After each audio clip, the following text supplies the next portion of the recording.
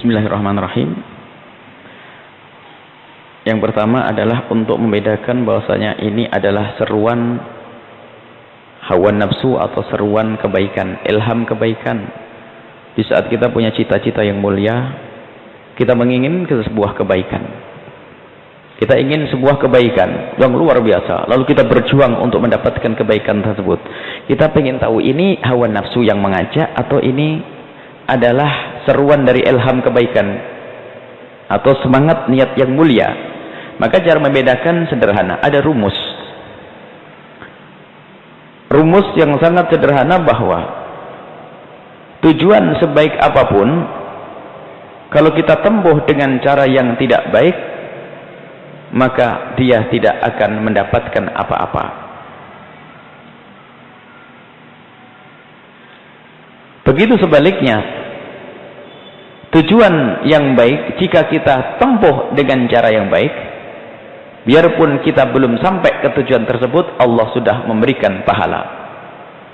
Kalau pemahaman ini adalah kita pakai sempurna nanti, benar tujuan kita. Contoh, ada orang yang pengen jadi dokter misalnya, atau pengen jadi pejabat, apa sih, Pak Kuwu, kayak bupati, wali kota.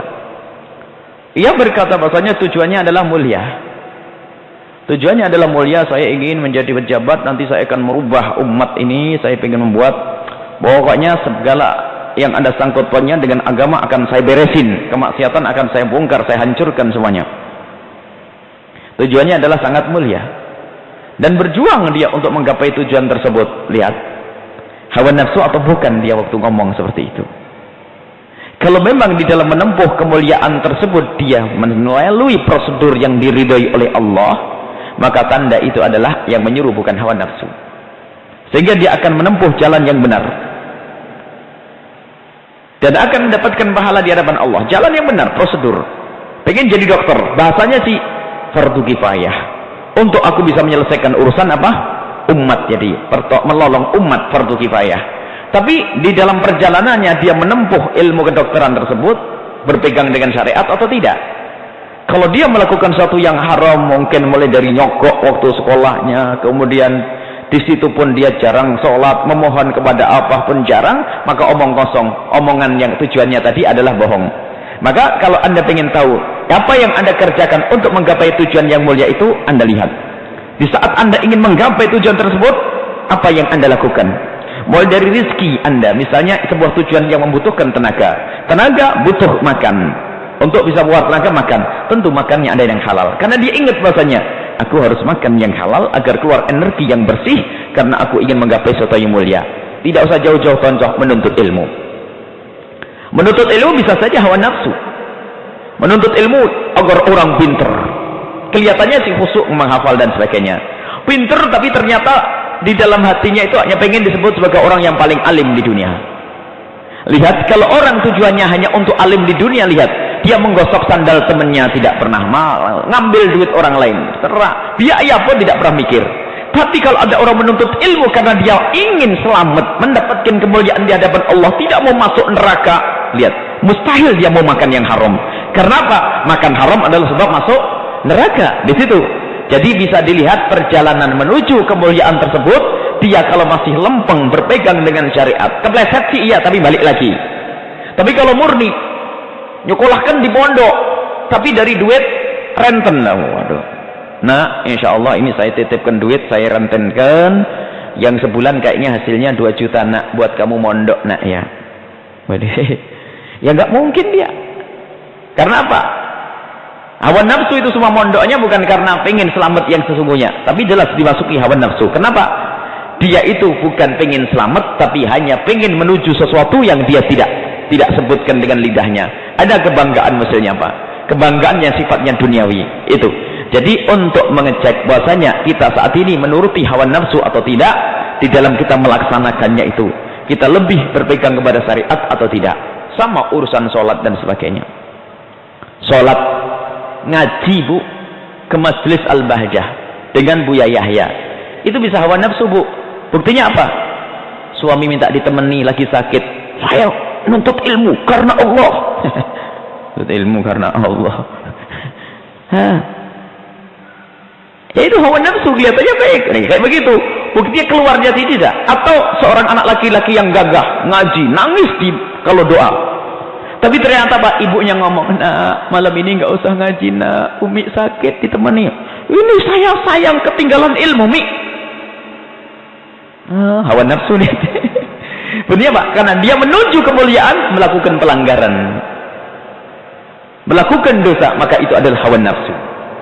Baik, inilah yang untuk mengetahui apakah yang kita lakukan ini adalah karena seruan ilham dari malaikat kebaikan atau ternyata itu adalah hawa nafsu. Kemudian yang kedua adalah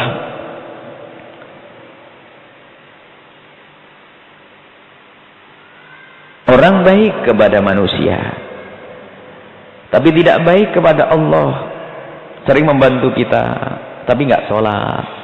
Gimana orang semacam ini?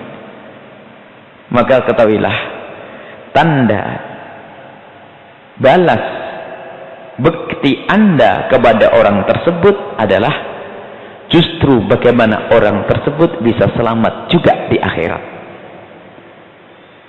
Dia memberikan kepada Anda hadiah, Anda membalas hadiah duniawi kecil. Dunia dengan dunia. Bagaimana Anda bisa membalas dunia yang diberikan olehnya kepada Anda? Pertolongan itu kan duniawi. Menolong Anda, memberi hadiah kepada Anda sakit kasih obat, baik. Maka tanda bakti Anda kepada orang yang telah berbuat baik kepada Anda adalah bagaimana dia bisa selamat di akhirat nanti. Bimbing dia, bawa kepada kemuliaan, ingatkan kepada kebaikan. Mungkin ada keraguan, nggak enak saya nanti kalau saya ingatkan. Ini masuk bab namanya mudahin yang kami sebutkan tadi. Nggak mau ngingetkan takut nanti tidak ditolong lagi. Nggak mau ngingetkan nanti takut tidak dikasih hadiah. Nggak mau ngingetkan nanti tidak diajak makan bareng. Itu masuk dosa yang gede kita. Dan kemudian jangan suudzon kepada orang baik itu. Orang kalau pada manusia baik itu biasanya lembut hatinya. Maksudnya lembut itu nggak mudah emosi. Jadi yakinlah bahwasanya Allah bakal menolong Anda. Maka Anda sampaikan kebaikan. Kalau memang dia orang pada dasarnya baik, insya Allah kalau diingatkan asalkan caranya benar, dia tidak bakal mudah marah. Dia sudah baik kepada Anda, sering membantu dan sebagainya. Subhanallah, bagus, alhamdulillah sudah sering membantu, sering menolong kepada Anda. Tinggal Anda tingkatkan. Insya Allah kalau Anda ingatkan tidak bakal marah dia. Karena apa? Dia adalah orang yang baik dengan sesama manusia. Tapi kalau orang yang sudah dasarnya dengan manusia nggak baik itu paling susah diatur. Sama manusia nggak benar, buru-buru diingatkan. Tapi tetap kita harus berdoa, memohon kepada Allah. Anda wajib mengingatkan dia, karena Anda sudah mengambil kebaikan urusan dunia. Yang dikhawatirkan bukan saja dia masuk neraka, Anda termasuk menjadi orang mudahin, yaitu orang yang tidak bisa mengingatkan orang lain hanya karena kepentingan dunia Anda. Bahaya lagi. Jadi diamnya Anda tidak cukup. Karena apa? Anda, wah kalau saya mengingatkan nanti tidak dikasih duit, itu bahaya lagi. Maka Anda harus bersemangat untuk mengingatkan dia. Dan jangan khawatir tentang berhentinya rizki. Sebab yang memberi rizki adalah Allah subhanahu wa ta'ala. Baik, kemudian bagi yang belum mampu untuk melakukan itu semuanya. Dan karena memang betul-betul belum mampu.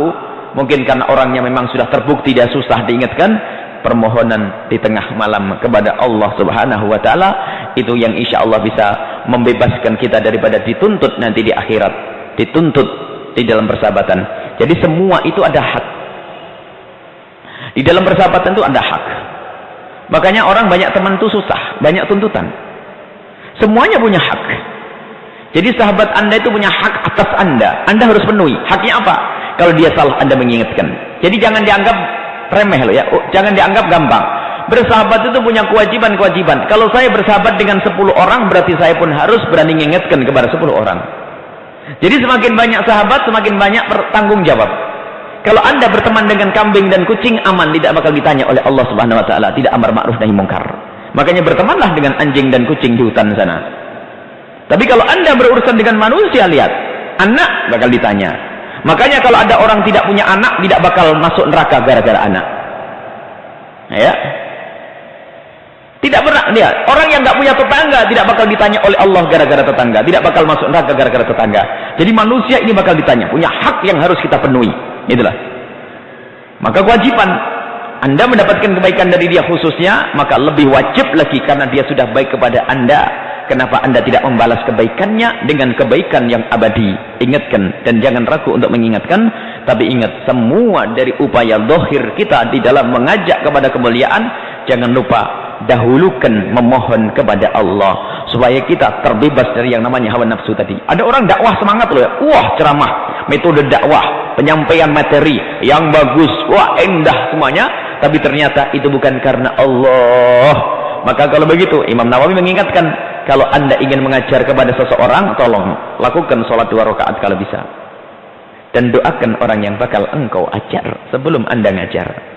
Kalau perlu para ustadz sebelum hadir majlis di siang harinya, malam harinya sudah memohon kepada Allah, ya Allah, esok pagi aku akan hadir di majlis sana itu ya Allah, maka berikan bimbinganmu kepada mereka nanti ya Allah. Terus kita kadang sering sombong, ustadz yang dipikirkan adalah menyiapkan materi yang bagus, mengolah kalimat yang indah, dan gayanya pun kadang-kadang latihan barangkali begitu. Pokoknya bagaimana terpukau orang dengan ceramah saya, tapi dia tidak pernah memohon kepada Allah Subhanahu wa taala, nol, nggak dapat apa-apa.